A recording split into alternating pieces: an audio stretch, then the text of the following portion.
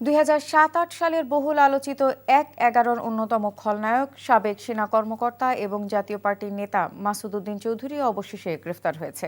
রাতে রাজধানীর বারিধারা ডিওএইচএস এলাকা থেকে তাকে আটক করা হয়। পুলিশ জানায় তার বিরুদ্ধে হত্যাসহ বেশ কয়েকটি মামলা রয়েছে। রিপোর্ট করছেন ইমরুল কায়েস। ১/১১ জরুরি অবস্থা জারির অন্যতম কুশীলব হিসেবে ধরা হয় তৎকালীন সেনা কর্মকর্তা মাসুদ উদ্দিন চৌধুরীকে। সে সময় ক্ষমতার অপব্যবহার এবং বর্তমান প্রধানমন্ত্রী তারেক রহমানের ওপর অমানসিক শারীরিক ও মানসিক নির্যাতনের অভিযোগে তার নাম বারবার উঠে আসে। নির্যাতনের সেই ভয়াবহতার কথা জাতির সামনে লন্ডন থেকে তুলে ধরেছিলেন বর্তমান প্রধানমন্ত্রী তারেক রহমান। সভ্যতা, মানবতা, আইন ও নিয়ম নীতির কোনো তোয়াক্কা না করেই আমার উপরে চলেছে ঐতিহাসিক শারীরিক নির্যাতন। তারা হয়তো আমাকে হত্যাই করতে চেয়েছিল। ২০০৮ সালে শেখ হাসিনাকে ক্ষমতায় আনার পুরস্কার হিসেবে টানা ৬ বছর অস্ট্রেলিয়ায় বাংলাদেশের রাষ্ট্রদূত হিসেবে দায়িত্ব পালন করেন মাসুদ উদ্দিন চৌধুরী। পরবর্তীতে রাজনীতির ছত্রছায়ায় নিজেকে আড়াল করার চেষ্টা করেছিলেন। অবসরের পর হাসিনার কৃপায় এমপি হিসেবে ২০১৮-এর রাতের ভোটে এবং ২৪-এর আমিডামি নির্বাচনে মাসুদকে জয়যুক্ত দেখানো হয়। ২৪-এর অভ্যুত্থানে হাসিনা পালিয়ে গেলেও মাসুদ ঢাকায় অবসর জীবনযাপন করেন। পাশাপাশি ৫ তারকা মানের রেস্টুরেন্ট ব্যবসা খুলে বসেন। 5M নামের আদম পাচার প্রতিষ্ঠানের মাধ্যমে আদম ব্যবসাও করেন। অবশেষে সোমবার গভীর রাতে রাজধানীর বারিধারা ডিওএইচএস এলাকা থেকে তাকে আটক করা হয়। ডিবি প্রধান শফিকুল ইসলামের নেতৃত্বে গোয়েন্দা পুলিশের একটি দল বারিধারা ডিওএইচএস এলাকায় অভিযান পরিচালনা করে। Imrul Kayes, NTV news, Dhaka. 4 সন্তান প্রতিবন্ধী, তার উপর উপার্জনক্ষম বাবা আক্রান্ত শ্বাসকষ্ট ও হৃদরোগে। এমন পরিস্থিতিতে জীবনযুদ্ধে পরাস্ত নরসিংদীর গোলাপ মিয়া সরকারের কাছে সহযোগিতা চান। আকুতি জানিয়েছেন, চিকিৎসা ও স্থায়ী মাথা গোঁজার নিরাপদ ঠাঁই দিতে কেউ যেন সহায়তার হাত বাড়িয়ে দেন। নরসিংদী থেকে বিশ্বজিৎ সাহার পাঠানো রিপোর্ট। নিষ্পলক চাহনি, কিন্তু মুখে ভাষা নেই। একজন হাসেন, আরেকজনকে শিকলে বাঁধা। তাদের কেউই স্বাভাবিক শিশুদের মতো নয়। এই 4 সন্তানই নরসিংদীর গোলাপ মিয়া ও ফিরোজা বেগম দম্পতির। প্রায় ৪৫ বছর আগে শুরু হওয়া দাম্পত্যে জন্ম নেয় 4 কন্যা, ফেরদৌসী, সুমি, পেয়ারা ও ছোট্ট সামিদা। কিন্তু নিয়তি 4 জনই প্রতিবন্ধী। তাদের নিয়ে দৈনন্দিন জীবনযুদ্ধে গোলাপ মিয়া। একে তো সন্তানদের দায়িত্ব, তার উপর সংসারে দারিদ্রতা, সব মিলিয়ে এক অসহনীয় জীবন। এরই মধ্যে শ্বাসকষ্ট ও হৃদরোগে আক্রান্ত হয়েছেন গোলাপ মিয়া।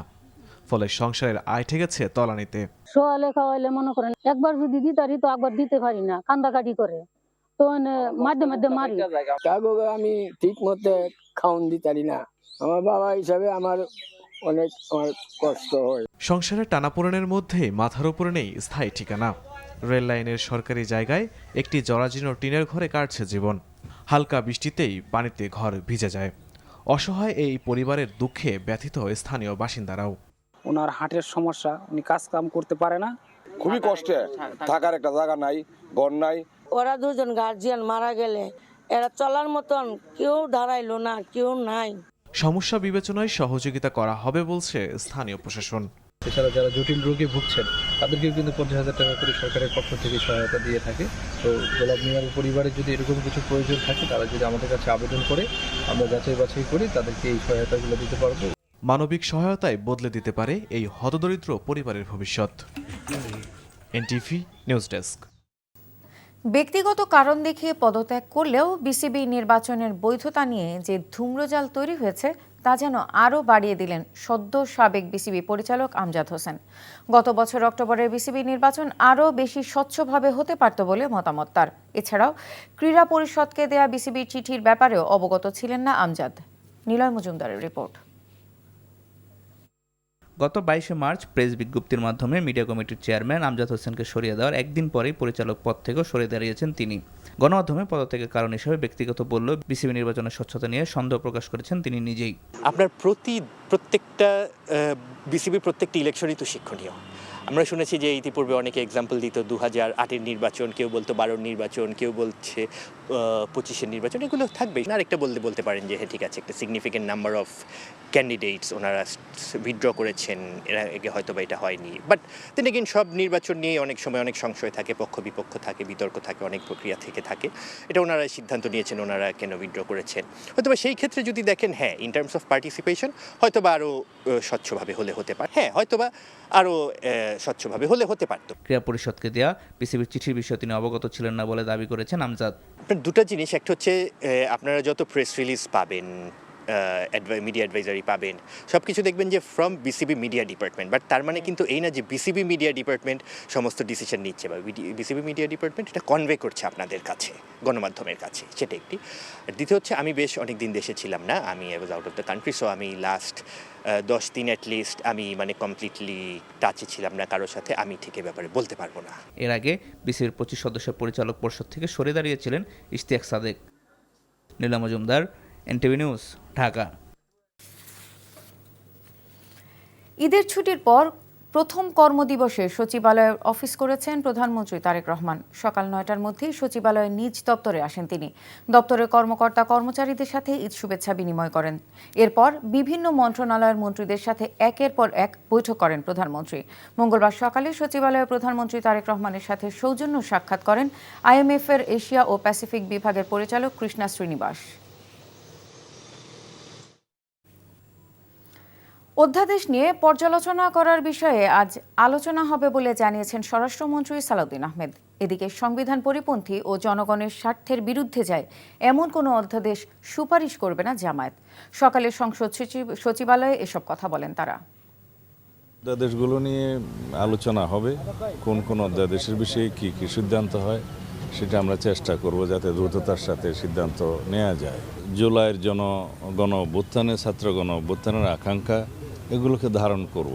সংবিধানের সাথে সাংঘর্ষিক যদি হয় অথবা জনগণের স্বার্থ পরিপন্থী হয়, সেগুলো আমরা দেখে আমাদের মতামত ব্যক্ত করব।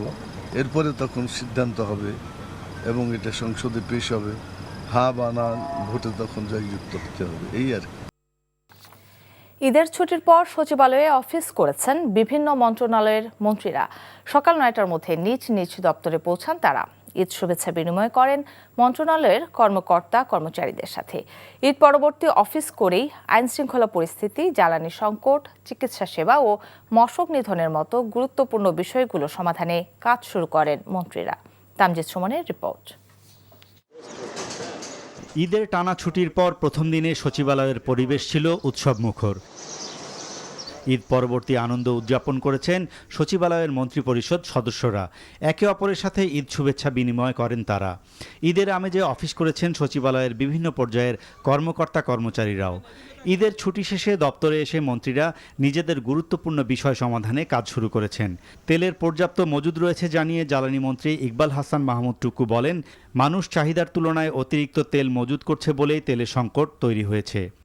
অকারণে মজুদ করার কোনো প্রয়োজন তো নাই। জিনিসটা তো আমরা তৈরি করি না, জিনিসটা ইম্পোর্ট করি এবং দেশে একটা পৃথিবীতে একটা গোলমাল লাগছে, সেই জন্য সবাইকে তো সাশ্রয়ী হতে হবে। অর্থমন্ত্রী বলেছেন, দেশের অর্থনৈতিক সংকট থেকে উত্তরণের উপায় নিয়ে IMF-এর সাথে আলোচনা করেছেন প্রধানমন্ত্রী। অর্থনৈতিক সংকট উত্তরণে জনগণকেও সংযমী হতে অনুরোধ জানান তিনি। ব্যাংকিং সেক্টরে চ্যালেঞ্জ আছে, ক্যাপিটাল মার্কেটে চ্যালেঞ্জ আছে, জিডিপি, ট্যাক্স জিডিপিটা আমরা সবচেয়ে একেবারে নিম্ন পর্যায়ে, এটাতে ইমপ্রুভমেন্টের ব্যাপারে আমরা কি করতে পারি। এখন পর্যন্ত অর্থনৈতিক ব্যবস্থাপনায় সরকার সঠিক সময়ে সঠিক সিদ্ধান্ত নিয়েছে বলেও জানান অর্থমন্ত্রী। Tamjid Suman, NTV news, Dhaka.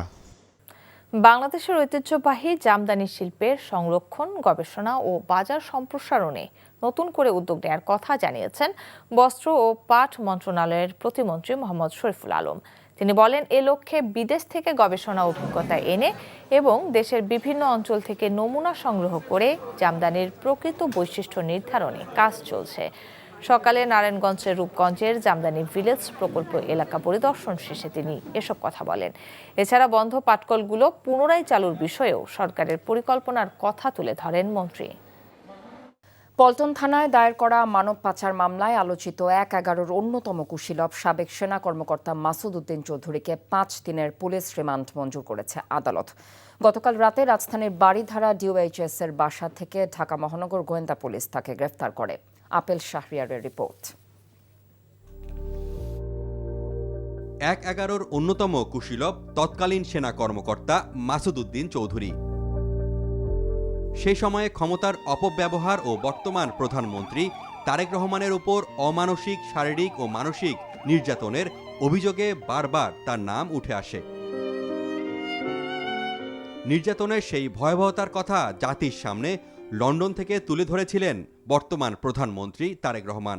নিয়ম নীতির কোনো তোয়াক্কা না করেই আমার উপরে চলেছে ঐতিহাসিক শারীরিক নির্যাতন। তারা হয়তো আমাকে হত্যাই করতে চেয়েছিল। রাজনীতিবিদ ছাড়াও ব্যবসায়ীদের ধরে এনে নির্যাতন ও অবৈধভাবে টাকা নেয়ার অভিযোগ রয়েছে তার বিরুদ্ধে। আওয়ামী লীগ সরকার পতনের পর আত্মগোপনে থাকা মাসুদকে তার নিজ বাসা বাড়িধারা থেকে গ্রেপ্তার করে গোয়েন্দা পুলিশ। তার বিরুদ্ধে হত্যা মামলা সহ একাধিক মামলা রয়েছে বলে জানায় ডিবি। প্রাথমিকভাবে তাকে ডিবি তদন্তাধীন পল্টন থানার একটি মামলায় গ্রেপ্তার দেখিয়ে বিজ্ঞ আদালতে প্রেরণ করে 5 দিনের রিমান্ড চাওয়া হচ্ছে। ডিএমপি মিডিয়া সেন্টারে সংবাদ সম্মেলনে জানানো হয়, নির্যাতন ও হয়রানির শিকার কেউ অভিযোগ করলে আইনগত ব্যবস্থা নেওয়া হবে। বাংলাদেশ পুলিশ গণতান্ত্রিক ধারা অব্যাহত রাখার জন্য এবং ন্যায় বিচার নিশ্চিত করবে, সকল রকম অন্যায় অবিচারে যথাযথ বিচার নিশ্চিত করবে। ডিবি কার্যালয় থেকে আদালতে নেওয়া হয় তাকে। 5 দিনের রিমান্ড চাইলে তা মঞ্জুর করেন আদালত। 2008 সালে শেখ হাসিনাকে ক্ষমতায় আনার পুরস্কার হিসেবে টানা 6 বছর অস্ট্রেলিয়ায় বাংলাদেশের রাষ্ট্রদূতের দায়িত্ব পালন করেন মাসুদ উদ্দিন চৌধুরী। পরবর্তীতে রাজনীতির ছত্রছায়ায় নিজেকে আড়াল করার চেষ্টা করেন। শেখ হাসিনার কৃপায় 2018-র রাতের ভোটের এবং 2024-এর ডামি নির্বাচনে মাসুদকে জয়ী করা হয়। Apple Shahriar, NTV news, Dhaka.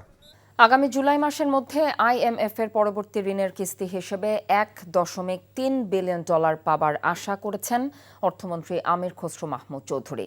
ঢাকায় সফররত IMF এর এশিয়া ও প্যাসিফিক বিভাগের পরিচালকের সঙ্গে প্রধানমন্ত্রীর বৈঠক শেষে এই আশার কথা জানিয়েছেন অর্থমন্ত্রী। ইফতেখার রেজার রিপোর্ট।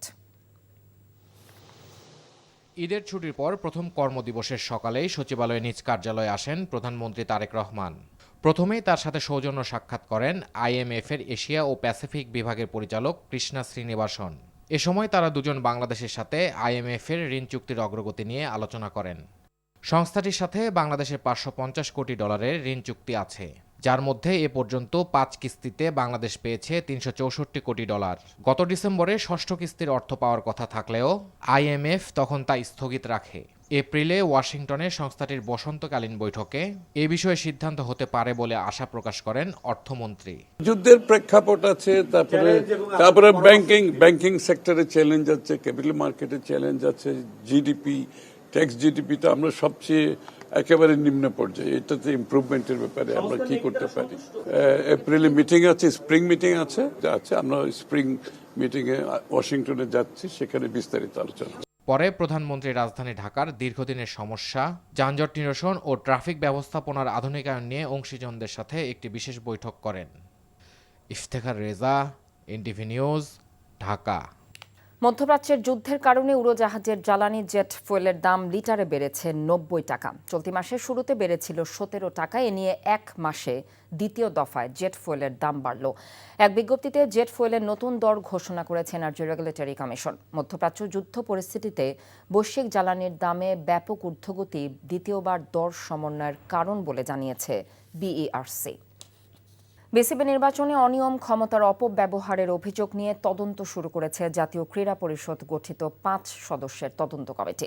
বনানীতে প্রথম ধাপে সাক্ষাৎকার দিয়েছেন বোর্ডের সাবেক ও বর্তমান পরিচালকদের একাংশ। মমিনুর রিপনের রিপোর্ট। গত অক্টোবরে অনুষ্ঠিত বিসিবি নির্বাচনের অভিযোগ নিয়ে তদন্ত শুরু করেছে 5 সদস্যের স্বাধীন কমিশন। সাবেক পরিচালকদের মধ্যে প্রথম দিনে সাক্ষাৎকার দিয়েছেন মাহবুব আনাম, ফাহিম সিনহা, লুৎফর রহমান বাদল ও রেদওয়ান ফুয়াদ। আর বর্তমান পরিচালকদের মধ্যে উপস্থিত ছিলেন আদনান দীপন, ফায়াজুর রহমান ও শাহনিয়ান তামিম।